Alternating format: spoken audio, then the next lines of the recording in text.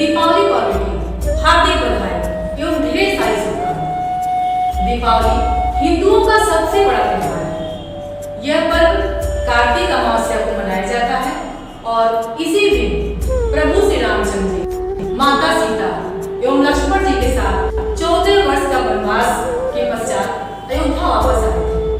दशहरे के दिन से ही अयोध्या वासियों ने अपने घरों को रंगोली एवं पूरी अयोध्या को दीपों से सजा दिया और ये प्रथा आज भी कायम है। दीपावली लगातार 5 दिनों तक चलने वाला त्योहार है और इन 5 दिनों के अलग अलग महत्व हैं। तो आइए हम इन 5 दिनों के महत्व के बारे में जानने का प्रयास करते हैं। दिवाली का पहला दिन है धनतेरस। पुराणों के अनुसार देवताओं ने असुरों के साथ मिलकर समुद्र मंथन किया। समुद्र मंथन से 14 रत्न निकले। उसमें से एक है भगवान धन्वंतरि। हिंदू कैलेंडर के अनुसार कृष्ण पक्ष के 13वें दिन समुद्र मंथन से भगवान धन्वंतरि अपने हाथ में अमृत का घड़ा लेकर प्रकट हुए। भगवान धन्वंतरि आयुर्वेद के जनक हैं एवं संपूर्ण संसार को आयुर्वेद का ज्ञान उन्होंने ही दिया। तब से लेकर आज तक इस दिन को धनतेरस, धन त्रयोदशी एवं धन्वंतरि त्रयोदशी के नाम से मनाया जाता है। दिवाली का दूसरा दिन है नरक चौदस। एक समय संसार में भूदेवी के पुत्र नरकासुर का आतंक था। उसे वरदान था कि उसकी मृत्यु केवल उसकी माँ के हाथों ही हो सकती है।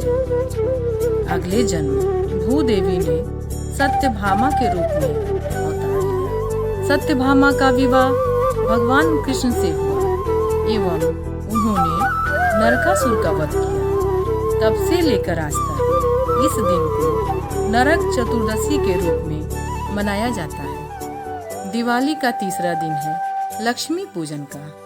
देवताओं एवं असुरों द्वारा किए गए समुद्र मंथन से इस दिन माँ लक्ष्मी प्रकट हुई थी और तभी से प्रत्येक वर्ष इस दिन यश एवं वैभव की कामना से माँ लक्ष्मी जी की आराधना की जाती है। दिवाली के दिन माँ लक्ष्मी के साथ गणेश भगवान की भी आराधना की जाती है।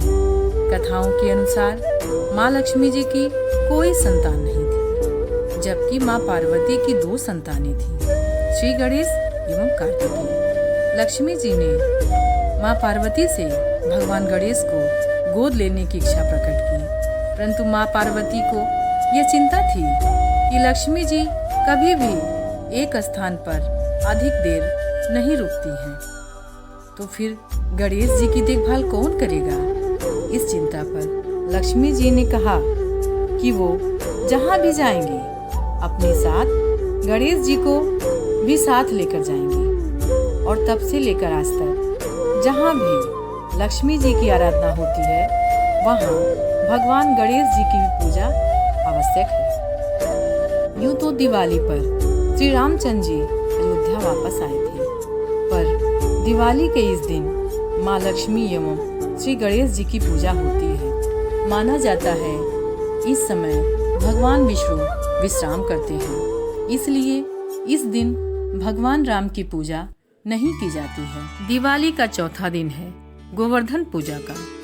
रामायण के अनुसार जब भगवान राम लंका पर आक्रमण करने के लिए पुल का निर्माण कर रहे थे, तब सभी वानर अपनी अपनी शक्ति के अनुसार पत्थर लेकर आ रहे थे। हनुमान जी भी पुल बनाने के लिए गोवर्धन पर्वत लेकर आए, किंतु उनके आने से पहले ही पुल निर्माण का कार्य पूर्ण हो गया था। पुल के निर्माण में अपना उपयोग न होने पर गोवर्धन पर्वत ने अपना दुख प्रभु श्री राम जी के सामने प्रकट किया। भगवान श्री रामचंद्र जी ने गोवर्धन पर्वत को वचन दिया कि अगले जन्म में वो उनका उपयोग अवश्य करेंगे, एवं हनुमान जी को आज्ञा दी कि वो गोवर्धन पर्वत को वृंदावन में रख कर आए। अगले जन्म में जब भगवान ने कृष्ण अवतार लिया तो उन्होंने ब्रजवासियों से गोवर्धन पूजा करने को कहा। इससे नाराज होकर इंद्र ने ब्रज पर भारी वर्षा की। तब भगवान कृष्ण ने गोकुल वासियों को बचाने के लिए गोवर्धन पर्वत को एक उंगली पर उठा लिया एवं इंद्र का घमंड भी तोड़ा। तब से लेकर आज तक इस दिन को गोवर्धन की पूजा की जाती है। दिवाली का 5वां दिन है भाई दूज का। पुराणों के अनुसार इस दिन मृत्यु के देवता यमराज अपनी बहन यमुना से मिलने उनके घर गए। अपनी बहन के आदर सत्कार से वो बहुत प्रसन्न हुए। यमराज ने उन्हें वरदान दिया कि इस दिन जो भी भाई अपनी बहन के घर जाएगा उसे काल चक्र से मुक्ति मिल जाएगी एवं मोक्ष की प्राप्ति होगी।